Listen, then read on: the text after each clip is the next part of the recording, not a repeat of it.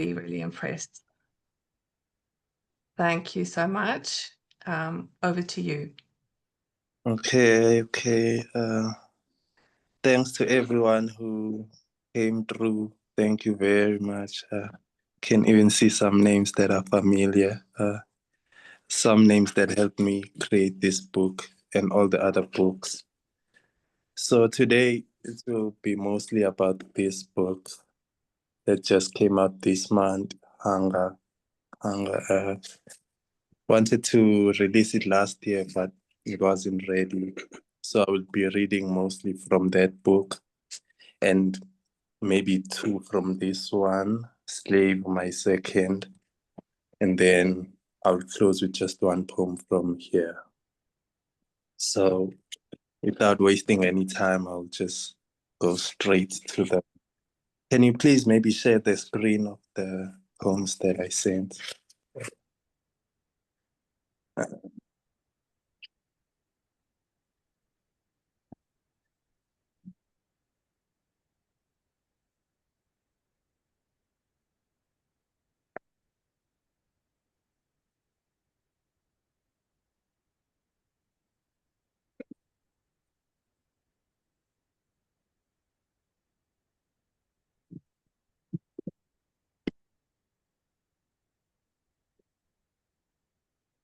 Sorry, I'm having a little bit of trouble with my being myself and also being Red Wheelbarrow, and I have it open in Adobe, but I don't seem to see it. Sure, I'm being stupid about this. You had it up for a second. No, I had something else up for a second, I think.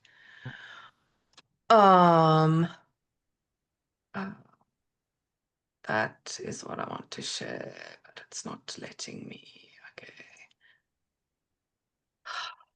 Sorry. Try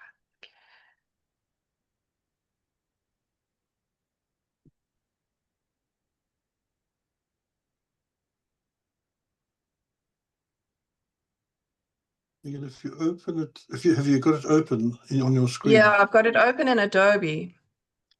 I think just close it and then open it again, and then when Okay. and then. Sorry. I just have to find it again. Okay.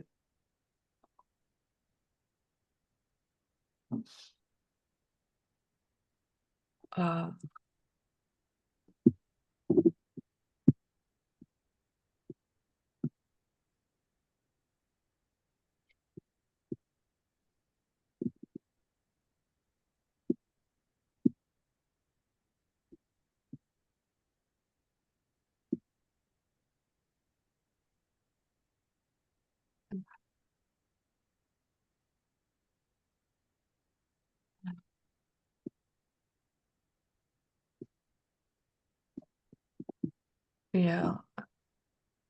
Okay, let's try again. Yeah, it's just not. Oh, hang on. Maybe this is it.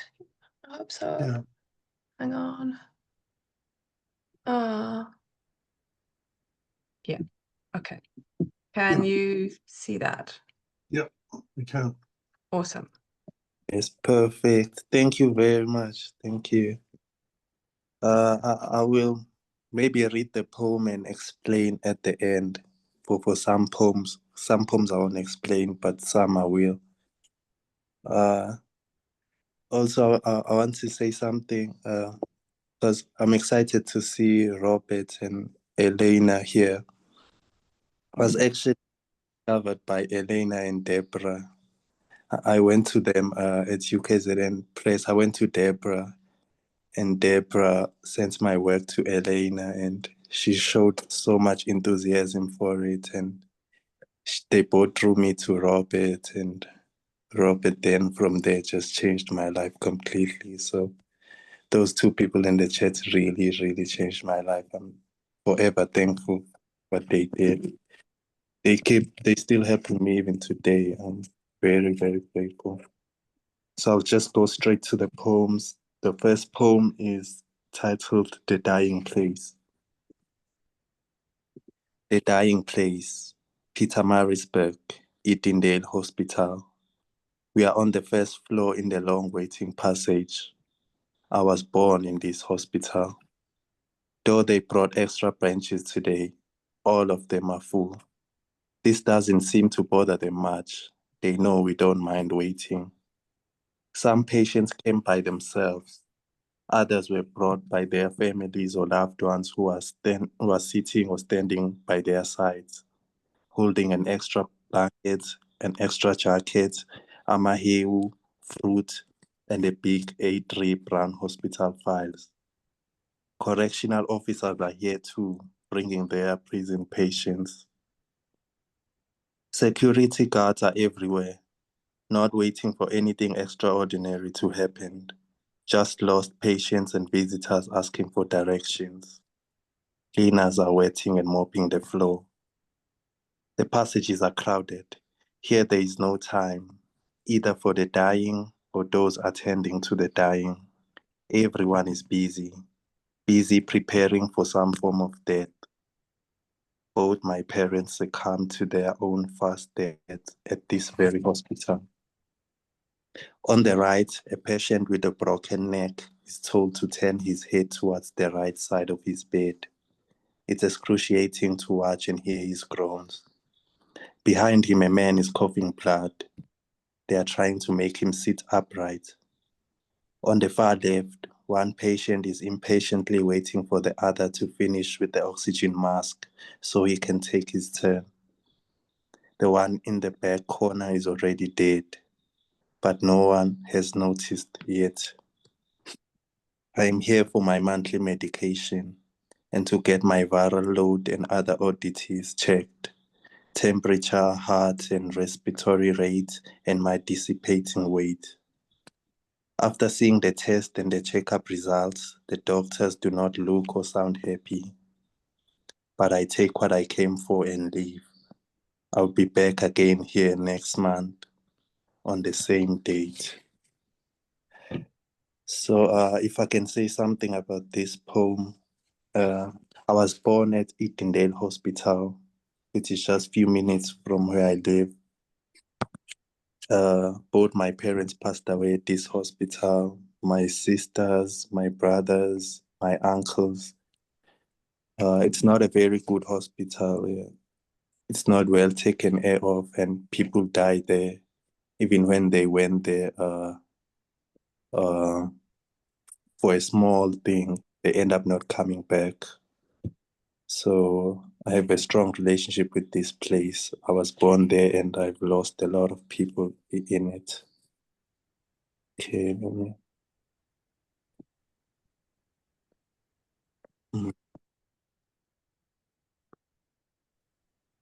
Okay, Robert. Okay. Most of the things in my poems are actually based on a true story. Actually not that creative. I rely on what I've went through and what I've seen and what I've experienced. The following poem is titled Poverty. Poverty and its dirty clothes, small arms and legs, old shoes. Poverty and its rats, cockroaches, mosquitoes, flies, snakes. Poverty and its bad smell. Poverty and its yellow and brown teeth and its bleeding gums. Poverty and its smelly breath, but poverty needs to speak and get close. Poverty and its bad cough, forming wounds, STDs and STIs. Poverty and its long queues at the overcrowded clinic or hospital every day and every night. Poverty and its unhealed hurt, sorrow and grief. Its traumatized narrow thinking, confusion and self-sabotage. Poverty and its bad manners. Its vulgarity, opportunism, loneliness, isolation, sex starvation, violence. Poverty and its cheap alcohol and cigarettes, Poverty and its cheap drugs and infected syringes. Poverty and its unawareness of any consequences. Poverty and its ability to make you forsake your most stubborn addictions, only to pick them up again, worse than before, once any money comes along. Poverty and its falling down house, its cold, quiet little rooms lit by a candle. Poverty and its permanent darkness, whether they be candles, light bulbs, or the sun. Poverty and its death, its quick, quiet death. The following one is titled, What Poverty Turned Me Into. Poverty is something to be hidden, but here, let me open the door. Come in if you can bear the smell. There are no chairs, but you can stand. I am broke. I am broke in the morning, during the day, at night, and in my dreams. I am naked in front of the whole world, and the loan sharks are taking what is left of my dignity. I belong to a class beneath the lower class, a class marked for God to discuss. My toothbrush is now bald, and it hurts my teeth and gums. The only pair of jeans I own are worn out thin. One scratch and they will tear. My only wearable t-shirts are handouts from the ANC, DA, and IFP rallies. I collect them with neither allegiance nor guilt. My 350 grand never goes to food. It always goes to loan sharks. I create a debt here to pay off a debt there. This is just how I survive. Unlike most, or some, my kitchen never smells of stew. The only thing in my freezer is a 2-liter Kui bottle, now filled with frozen water. Out of hunger, I eat maggot-infested dregs in the dark, afraid to turn on the light and seeing them there. I eat the same nutrition-lacking meals every day. I am used to not having any soap, stew, or curry to put on my stiff pap or brown rice. I am used to not having anything to spread on my bread when I can afford bread. I am used to lying to Pakistanis at the spaza shop, telling them I will bring the monies I still owe them. When my neighbors see me at their gate, they know I came to ask for something. An onion, small cooking oil, salt, sugar, tea bags. I always lie and say I'm waiting for some money to come in. Poverty has made me do things I never thought I would do. It has turned me into a thief, a liar, a fool, a very brave fool. The next poem is titled Hungry at the Pakistani Shop Container. Everything I write about is true. I can't think of any poem here where so everything I write here, I've went through, and I really know how it feels like to be in that shoe. This poem, I included it here because it has something to do with the cover as well. I used to sit at this exact shop, which is the cover of this book, for years, maybe 7, 8 years. Every time I couldn't get a job, I always found myself there begging for cigarettes, begging for 1 rand chips, with all my degrees and everything. And I don't know how it happened, but it made me judge people less, whom you see every day sitting at that shop. It's not because they want to be there, most of them. So, yeah, I wrote a poem about that. Hungry at the Pakistani Container. At home, my room is a monster, especially when there are no drugs in it. Worse, if I don't even have a cigarette. So I am out here, standing with others like me at the Pakistani container, looking at people's change, asking for 50 cents for a sniper cigarette and maybe R1 for Mutle snacks. We are all highly qualified to be jobless. With our matric certificates, our driver's licenses, our higher certificate, compliances and permits. We are jobless with all our strengths, abilities and talents, and our strong desire to work, with all our useless intelligences. And we know that tomorrow will be like today, and next year exactly like this year. The next one is titled Working Hours, My Neighbor. This one maybe I can explain before I read. These two poems are also based on a true story. One of my neighbors has been a domestic worker for a lot of years, maybe 40 or 50. My other neighbor just here works at Hilton as a cleaner there and wanted to capture their struggles. Working hours, my neighbor. He has done the same job for 15 years. He wakes up at 4 a.m. every morning, pushes his warm blankets to the side and prepares himself for the day ahead. At 5:30, he makes his way out to catch the 6 a.m. bus. The walk to the bus stop is exactly 30 minutes, and since his is one of the last bus stops, he never gets a seat. He stands for an hour until the bus gets to town. The bus is stuffy in the morning, windows closed, people talking, coughing, children crying. The side windows always need a wipe if you wish to see outside. From town, he takes another bus to the business area in Hilton where he works. That bus drops him near the railway line, and then he walks for 15 minutes to the big offices at number 2 Hilton Avenue. As soon as he arrives, he puts his bag in his 4 square meter room under the main stairs and plans the task for the day. He shares the room with tools and other work equipment. There is no electricity in it, though he has requested that numerous times. He has since bought a chargeable light, which he brings in his bag every day.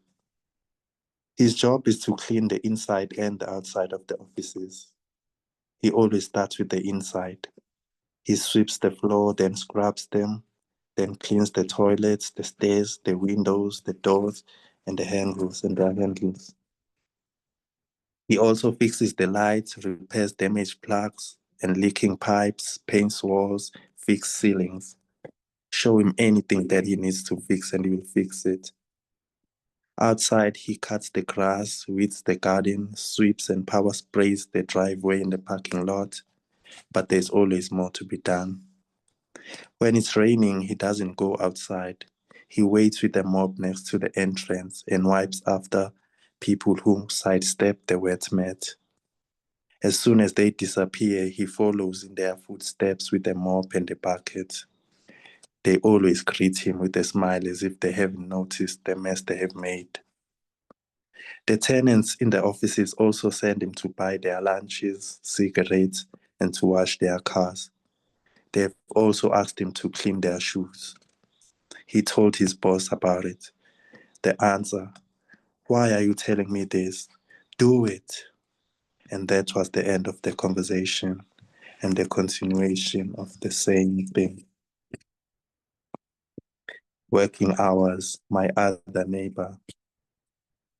She has done the same job for 40 years. Her morning routine is exactly the same as the first neighbor's. She wakes up at 4 a.m., pushes the blankets to the side, and prepares herself for the day ahead. She makes her lunch, often leftovers from last night, and at 5:30 a.m., she makes her way out the door to catch the 6 a.m. bus.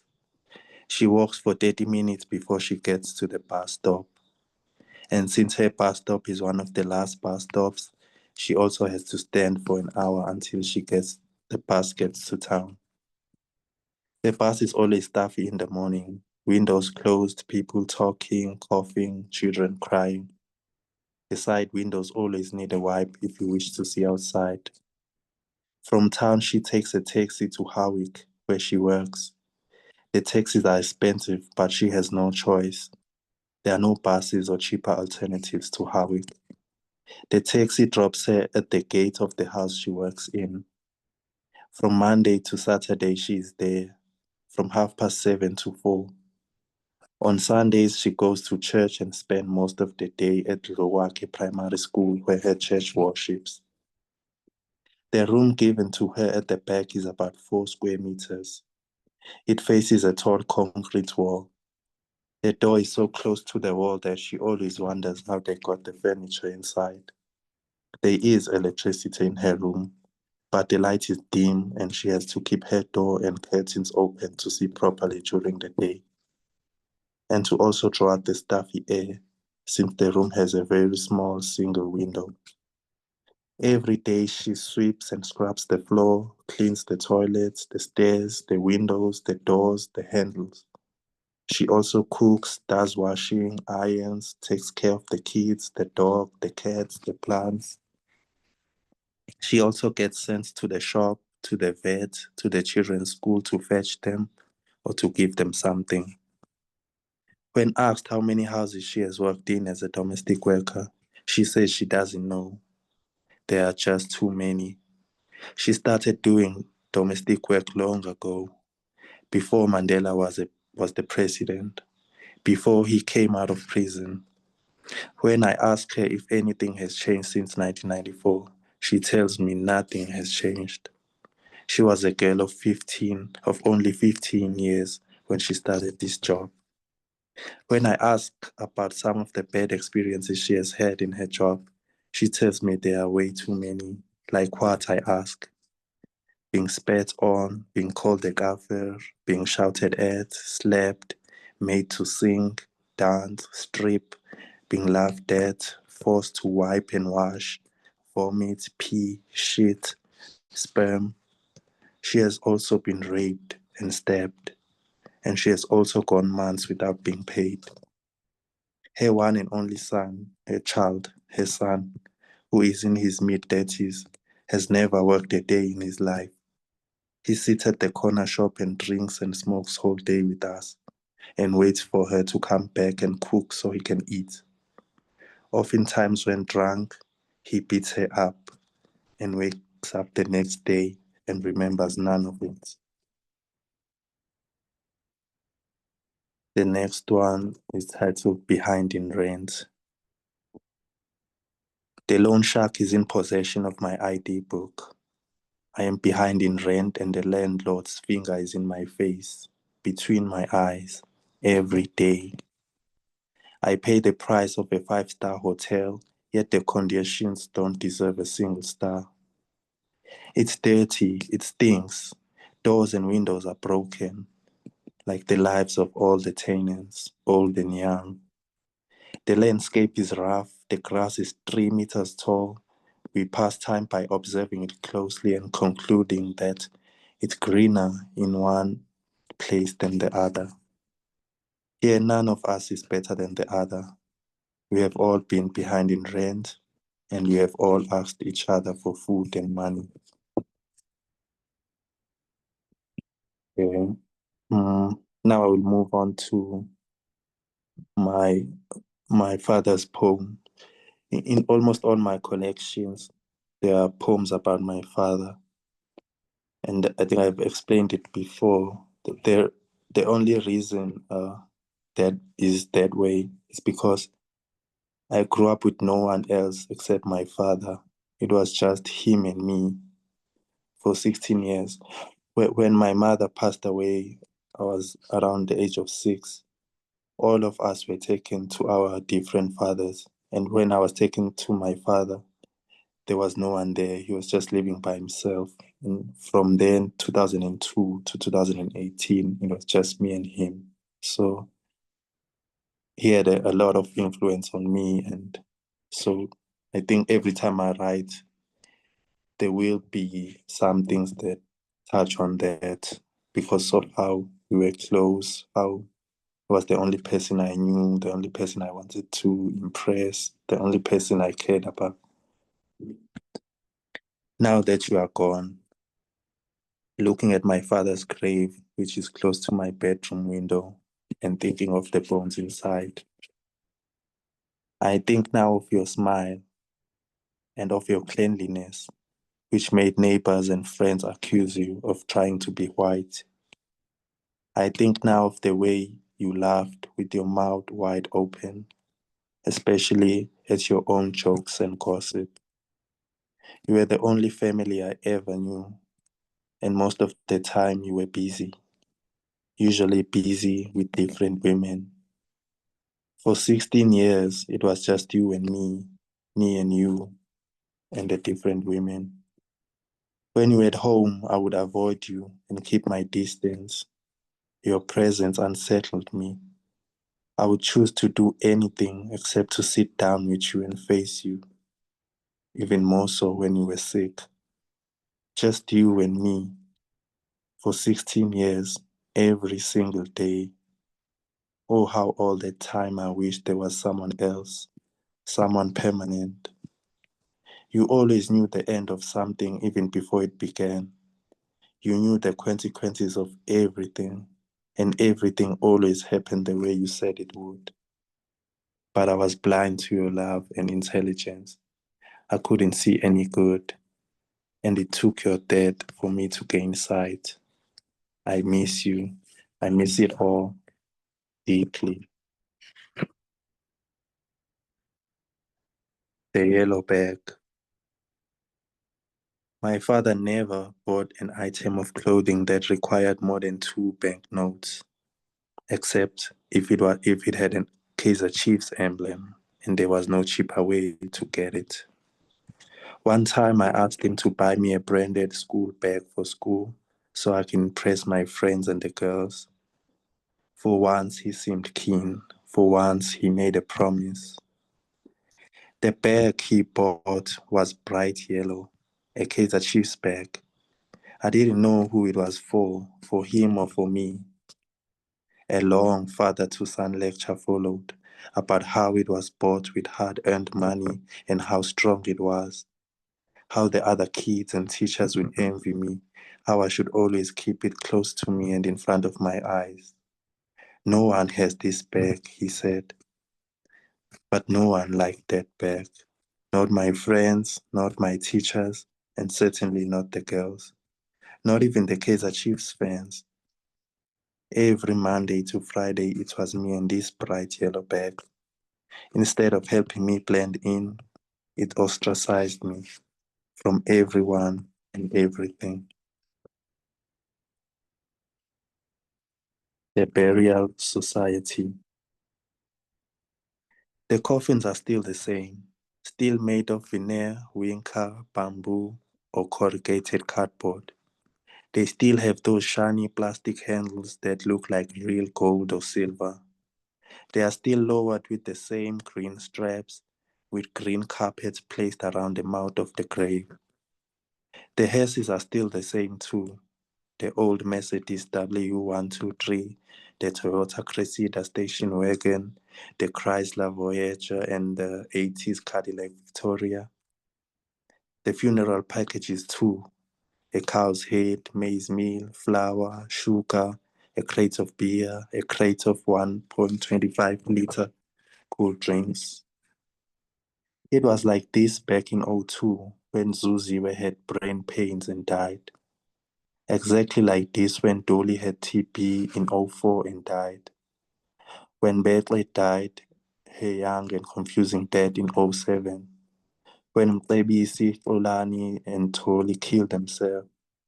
When Bongani was stabbed to death and Kumbulani shot. It was still the same in 2018 when Simo defaulted on his meds and died.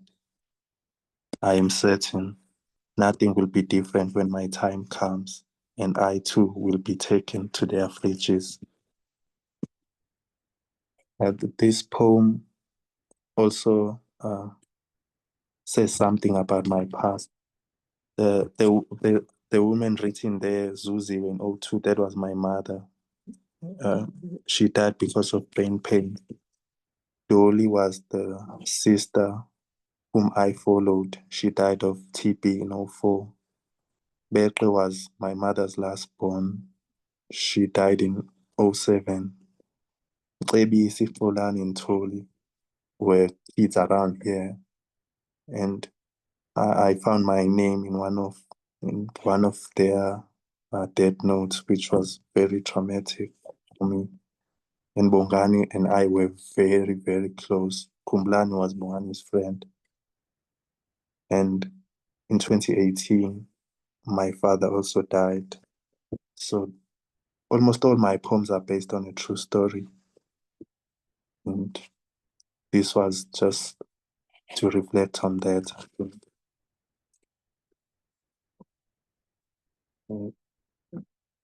First, to the devil. Yeah, I'll now move on to religious kind of poems, maybe 2 or 3 of them.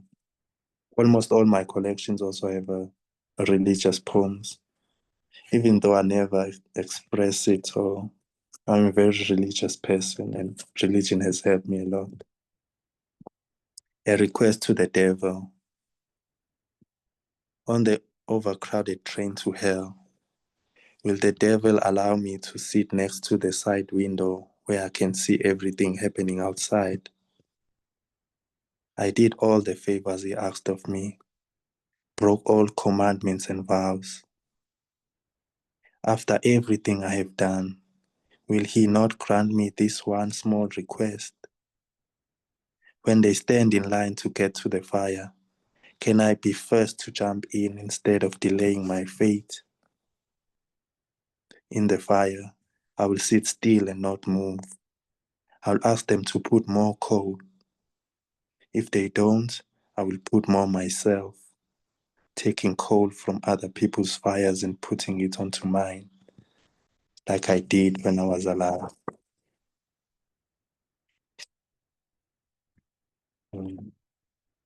Next one is my contract with God. It's easy to talk of patience when your stomach is full and there are no debts to pay. When hunger strikes and the people you owe are on your neck, some of God's commandments feel less important. I have no choice. I lie, I steal, I cheat. Dear God, sorry, though we both know that at the slightest chance, I will do it all again. My contract with God is different and strange. We don't expect much from each other. We both do as we see fit. Oh God, what a bond we have. I religiously break every vow I make to you, and I can't be separated from the world and sin. You knew all about me before we began, yet you still punish me every day, severely, as if any of it comes as a shock to you. A queue where no one wants to be first. I saw my name at the top of death's list, the disease that eats me, written next to it by its acronyms. I was number 2 in the queue, soon to be first, to be in front. The devil waited while I wrote my last sad poem. He leaned forward and read it. He then spat in my face and angrily told his guards to throw me in the deepest pits of the fire.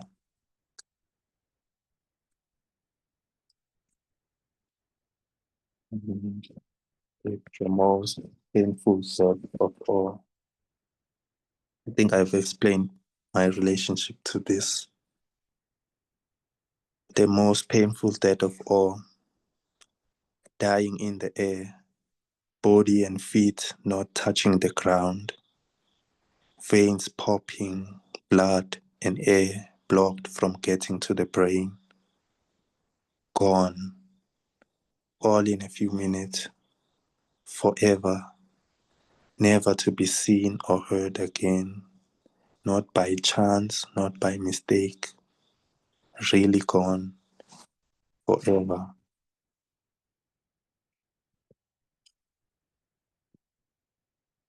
Next one is titled, I am a child of death. I am a child of death. I belong to him. Death looks at me doing good and is proud. My dead family and friends are there behind him. They clap and rejoice in proud disbelief at what I've managed to accomplish.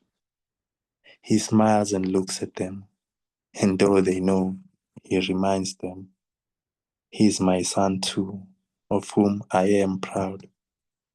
To us he belongs, to us he will return. I wave my hand high from afar, they wave back. See you later, I shout. No, soon, they gleefully correct me.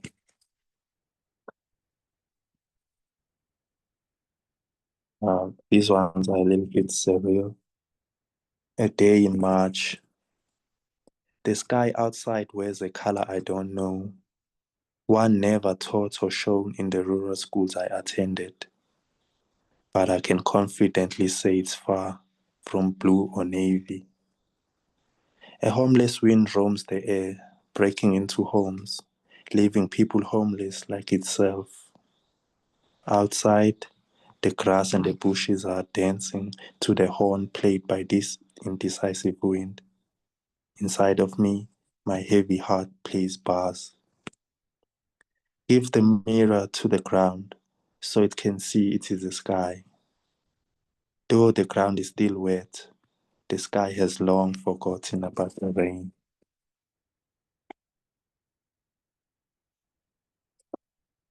Mhm. Next one is titled Self-Destruction. In self-destruction lies my self-creation.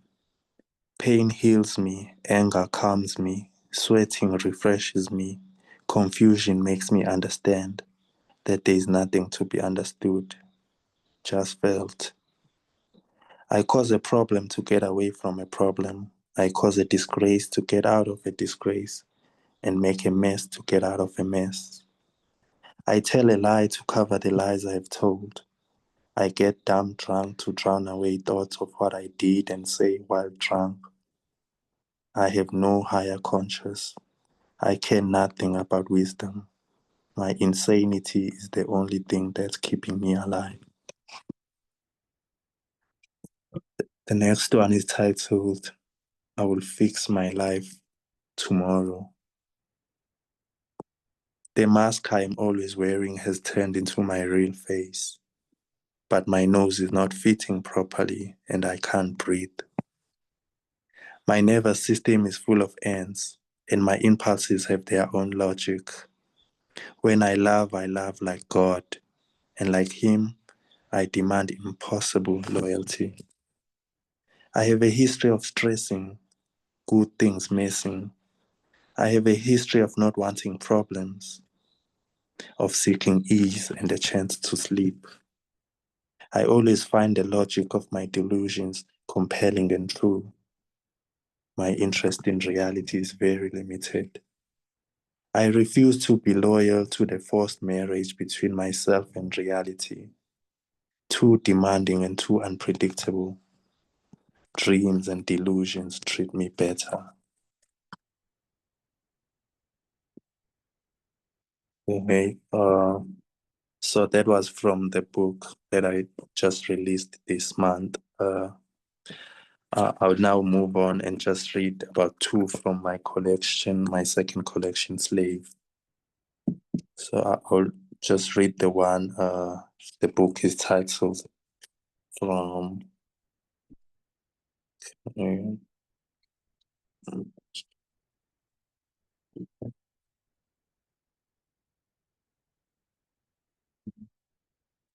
title of this poem is Slave.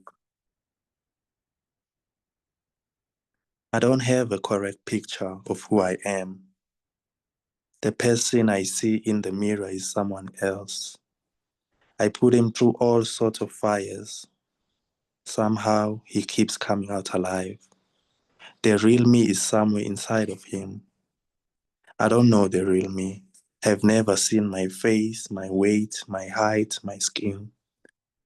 Sometimes I forget and think people are looking at me when they are actually looking at him, or the other way around. And when things go wrong, I always blame him for my laziness, for not being where I desperately want to be, even though I'm the one who controls where he goes.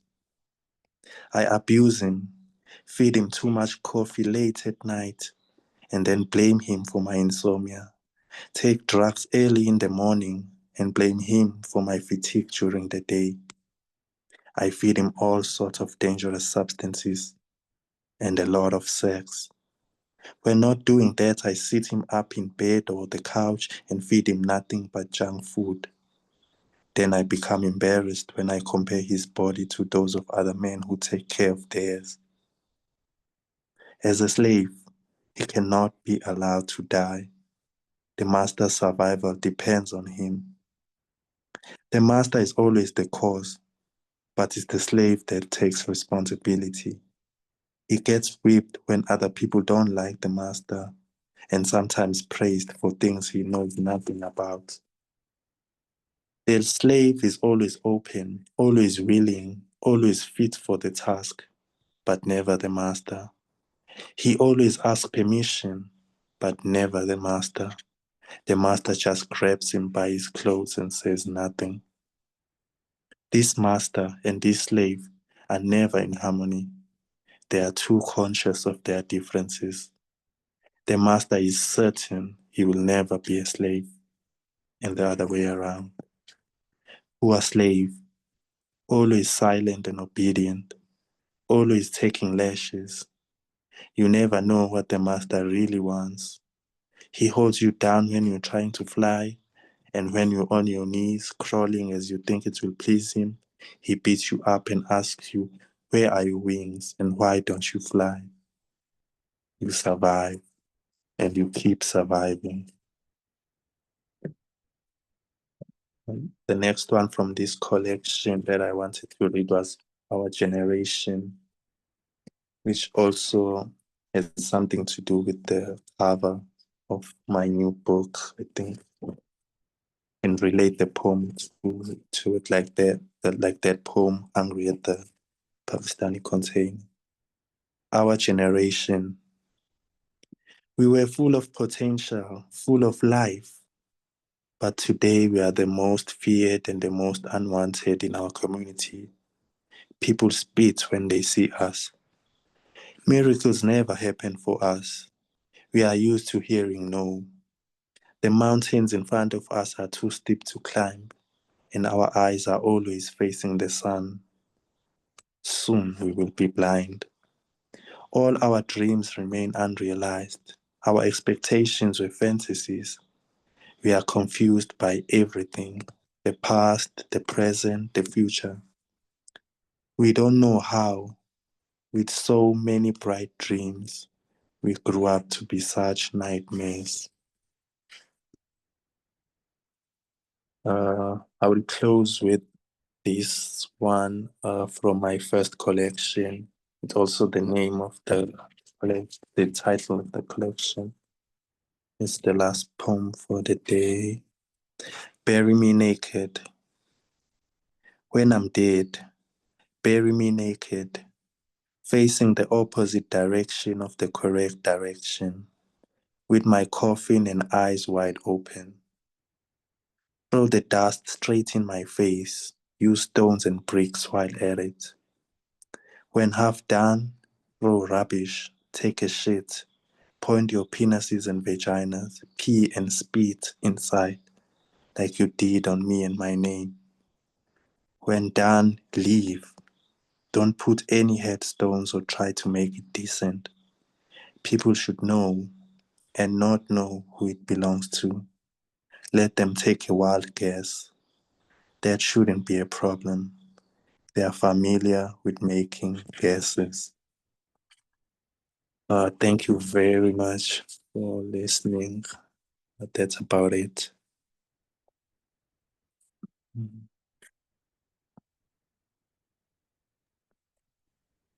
Teamhw, is it okay if I stop sharing? Yes, yes. Yeah. I know I don't. Oh, there we go. Oh, thank you very, very much for that reading. It was really amazing. I was really struck by some of the poetry and some of the poems, and also just your very beautiful way of reading. Yeah, thank you very, very much. If it's okay with you, we might have a couple of questions. Anybody who would like to ask a question, please feel free to raise your hand.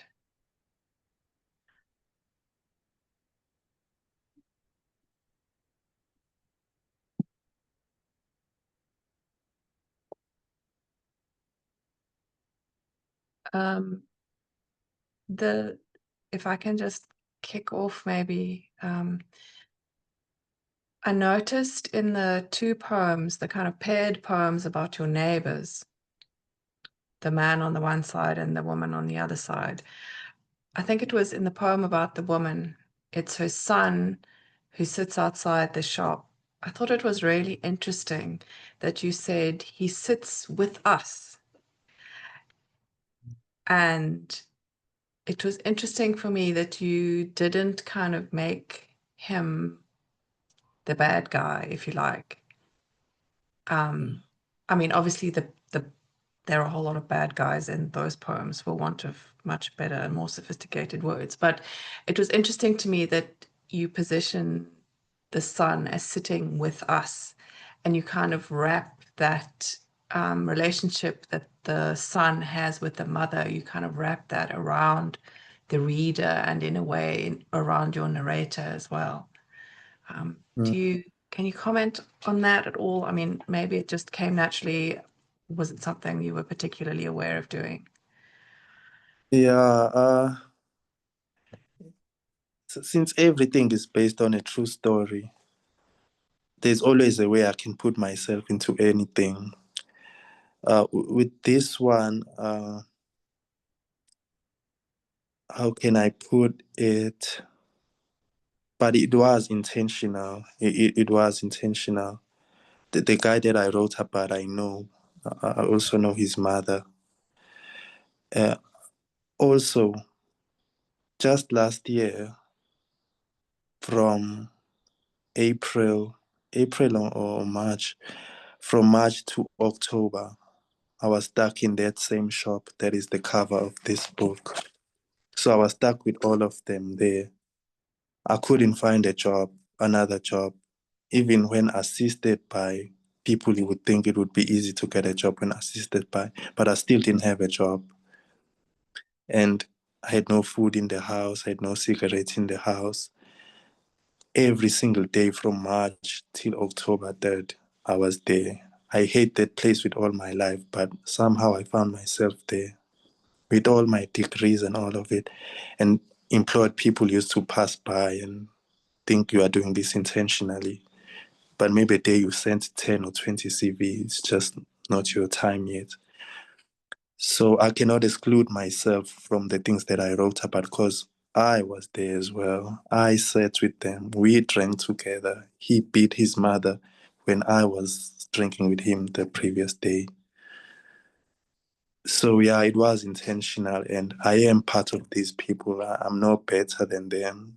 They once given me food when I was starving. They once borrowed me money to send my CVs. We are one and the same thing. Yeah.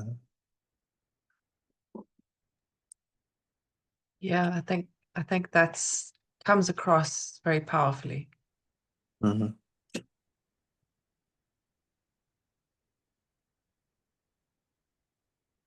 Is there anyone else who would like to make a comment or ask a question? Ed, yes, I see you. Can you unmute yourself? You can go ahead. Hey, Teamhw, thank you. Yeah, hearing those poems all in one sitting is quite a thing.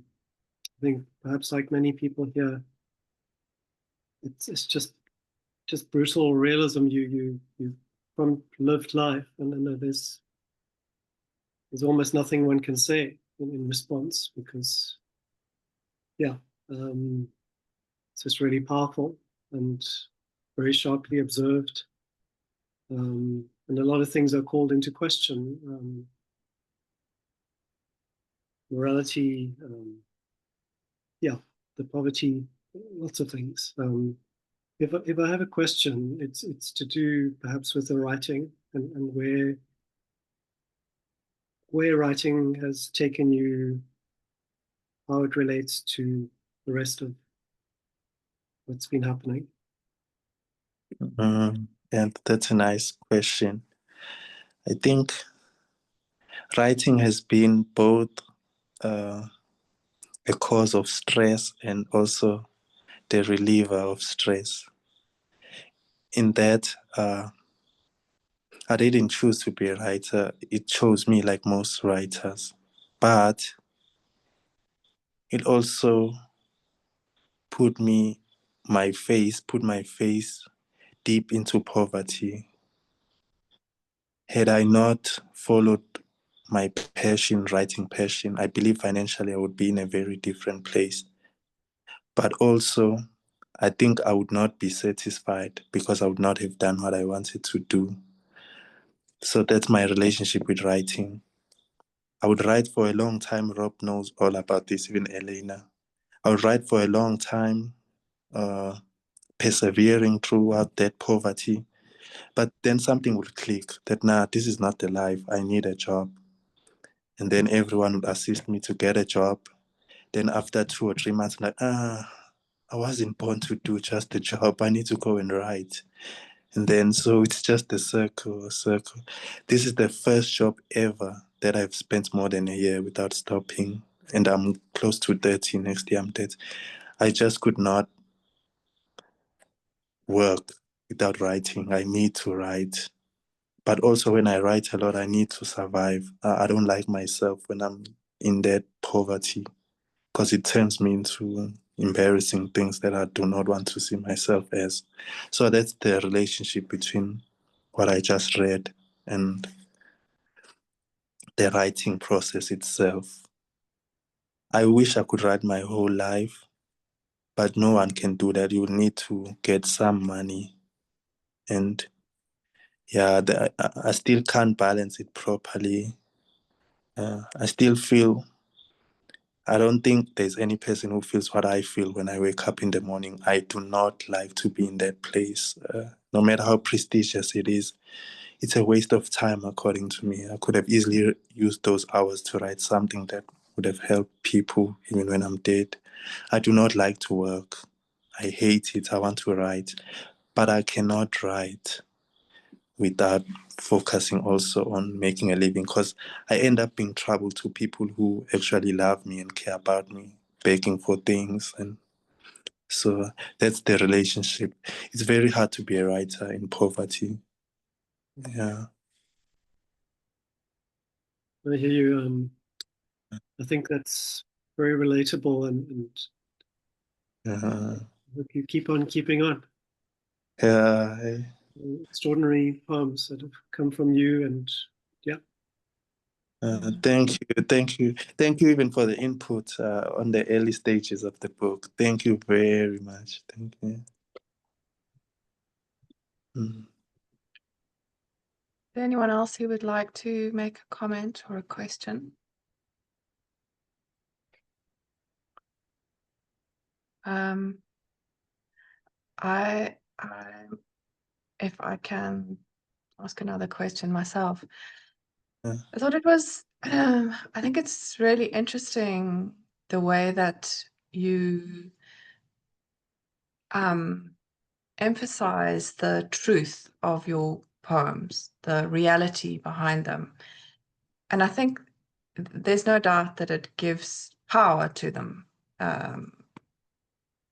But I also wonder whether it doesn't maybe a little bit shortchange you. Like,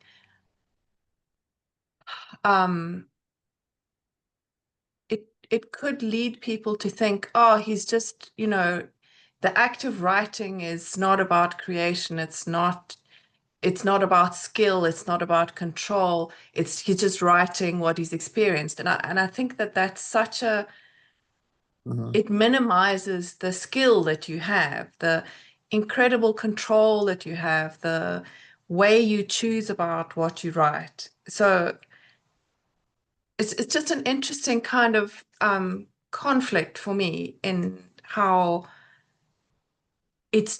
obviously the fact that it's true is very important to you, but there's so much more. Yeah. Yeah, that reminds me of the constant criticism that I get around the poems being too simple. No, I Others, disagree. are you not worried that it's now too simple and it's not it's no longer poetry maybe? Also, what you just raised about it being too truthful, like maybe I lack creativity or imagination or whatever. But when I started writing, this is exactly what I wanted to do.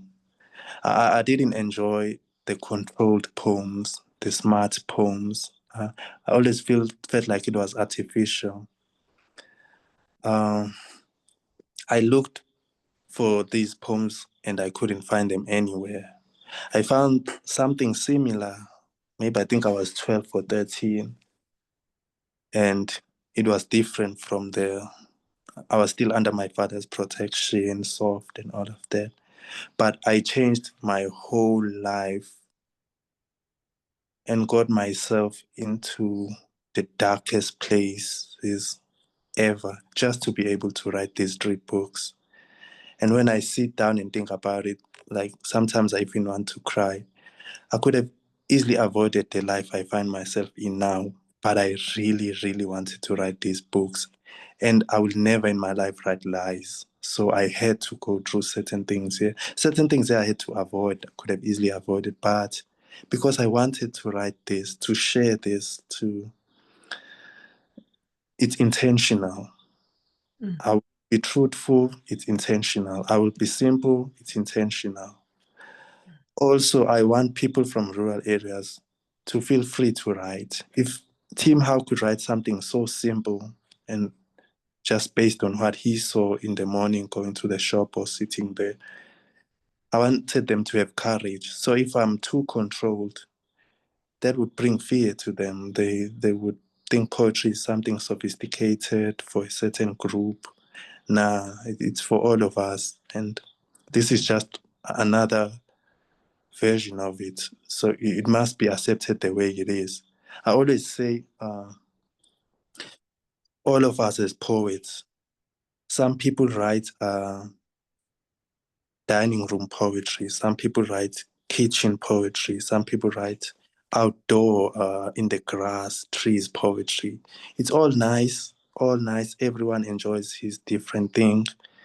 But there's someone who has to write about the bean in the corner, the smelly bean in the corner, because at the end of it all, someone will have to go there, close that plastic, take it outside.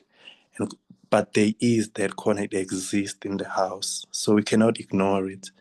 Yes, others can write beautiful dining room poetry, outdoor poetry. I even read it sometimes, I support it, but do not criticize the corner poetry because it also exists. I often say that about people who are confused maybe about my personality or everything. I'm just a part of God's creation. There are so many personalities. I'm just one of them, and you just have to accept it, you know.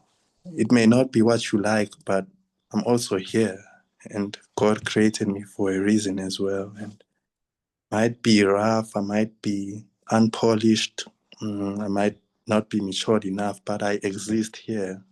I'm part of the diversity that exists and that needs to be accepted as is. So that is to say, that goes to say, to answer the thing about my poetry being the way it is and myself being the way it is. it's just a part of the diversity. It also needs to be accepted without judgment. Because even the personalities that are accepted, that are not judged, there are people who are greater, maybe in standard, who might see them as low as the male person sees me as low. So it's just, we need to accept each other the way we are, accept each other's art the way it is. Yeah. Thank you. That was an interesting response. I see Yvonne has her hand up. Yvonne, you're welcome to unmute yourself. Thank you.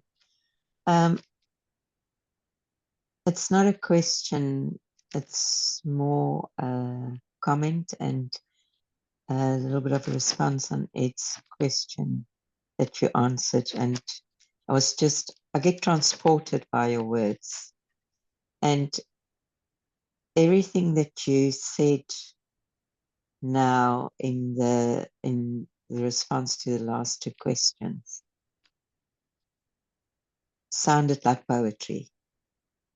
I think you have this relationship with writing that you can write about as well, because it brings out all these other sides of you. So we get a glimpse of who you are because you are able to say what you say. And you are so brutally honest, and you are so fierce on yourself. You don't have to ever worry about being judged because you are your own worst judge. But I wonder what will happen when you write about this relationship of writing poetry, corner poetry, holding a mirror to the sky, all the things that you put down. It's really can't be called simple poetry. Yeah, I just want to thank you for sharing that, and I look forward to hearing more of your voice. And the time that you took to write is a time you feel you're paying for in many other kinds of ways. But you are really giving us a gift, and we appreciate what you're sharing. And we hope to continue hearing your voice for a long time. Thank you very much, Yvonne. Very, very much. Thank you. Thank you for that question, Yvonne. Langa, I can see your hand. It's over to you if you can unmute yourself.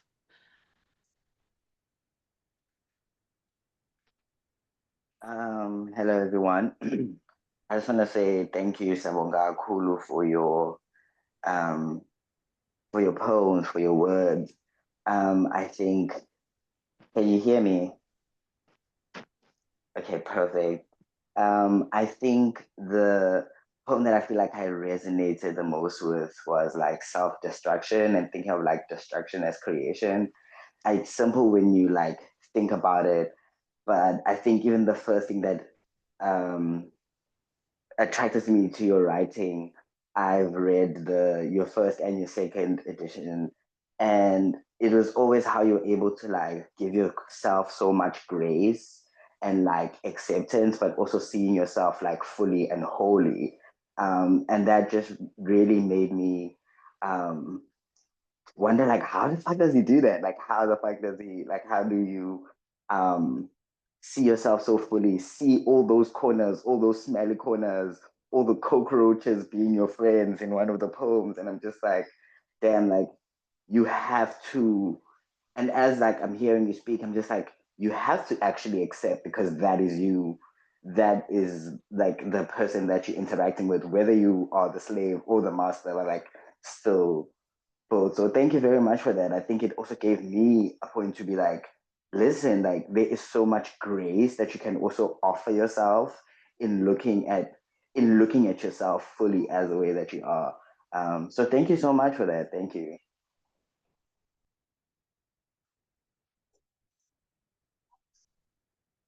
Not really a question, but yeah, thank you. Thank you very much, Langa, for that comment. Thank you. Tiam. Thank you. Mm. Yeah, that's about it. Also, if anybody wants the book, the email is SbonguJesu@gmail.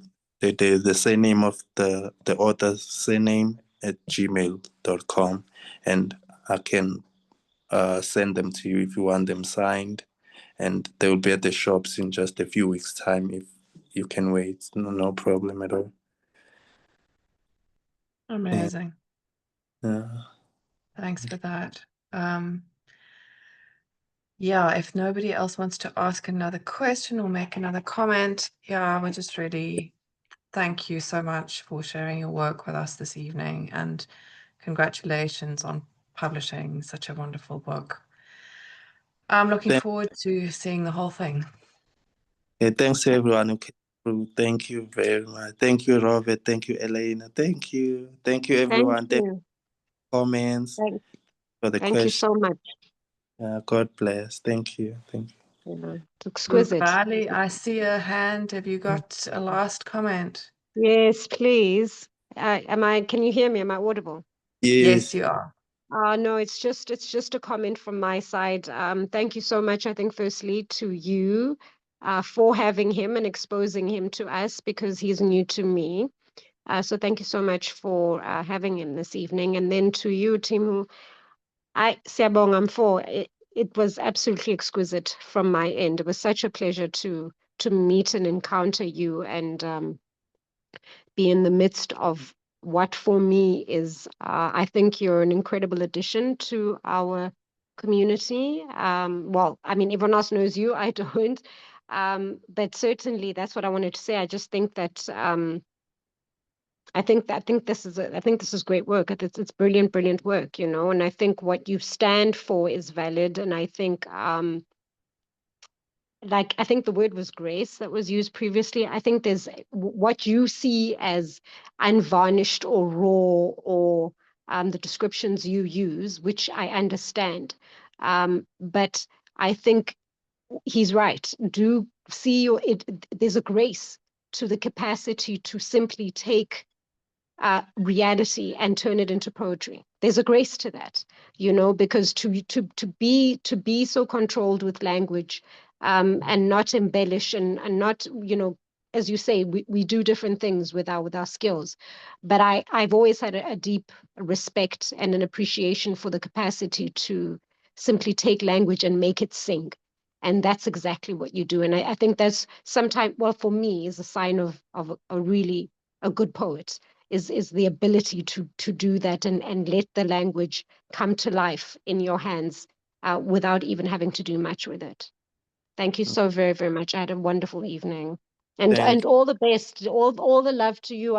I think we all in some way can relate to some of the things you bring up, in terms of the challenge of choosing to live out what beats inside of ourselves versus, or the conflicts and what it puts us through, and what you know, the path that it sets us on. And I think so all of my love as well is what I wanted to just say, that I wish you a lot of healing and a lot of love to you. Thank you very much. Thank you. Thank you. Thank you. Thank you, Thank Mbali. you. Okay. I think that's the last comment. Thank you very much, Mbali. Thank you, Teamhw, again. And I'm hoping that we will keep most of you with us for the open mic session, which will start in a couple of minutes. So if you want to take a comfort break, come back, please, within 5 minutes, and then we'll share some poems. Bye. Thank you very much.